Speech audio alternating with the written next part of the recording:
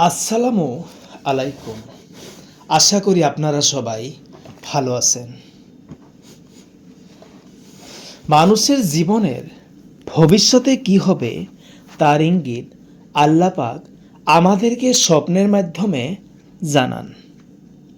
স্বপ্নের তাবির ভালো না হইলে অবশ্যই দান খয়রাত করা উচিত। দান খয়রাত করলে বালা মুসিবত দূর হয়। মানুষের স্বপ্নের কথা যোগ্য আলেমের কাছে বলা উচিত। স্বপ্নের যে কোনো তাবিজ জানতে চাইলে অবশ্যই কমেন্ট করবেন। আজকের ভিডিওতে বলবো স্বপ্নে মধু দেখলে কি হয়। এই গুরুত্বপূর্ণ ভিডিওটি অবশ্যই সম্পূর্ণ দেখবেন। স্বপ্নে মধু দেখলে উত্তম সন্তান লাভ করবে, অথবা স্বপ্নদ্রষ্টা অর্থ লাভ করবে।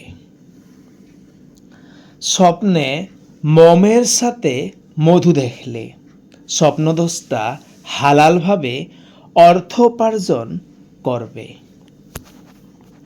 স্বপ্নে নিজের কাছে মধু দেখলে স্বপ্নদ্রষ্টার জ্ঞান বৃদ্ধি হবে,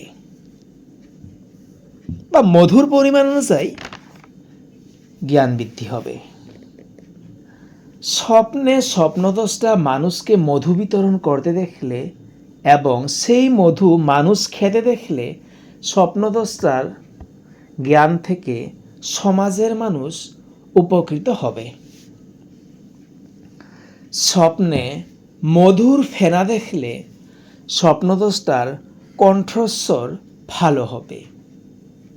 স্বপ্নে মধু পোকা দেখা দুঃখ কষ্ট চিহ্ন। স্বপ্নে মধুপান করতে দেখা ঈমান দৃঢ় ও রোগমুক্তি হবার লক্ষণ। যদি ভিডিওটি ভালো লাগে তাহলে অবশ্যই শেয়ার করবেন। ভিডিও এইখানেই। আল্লাহ হাফেজ।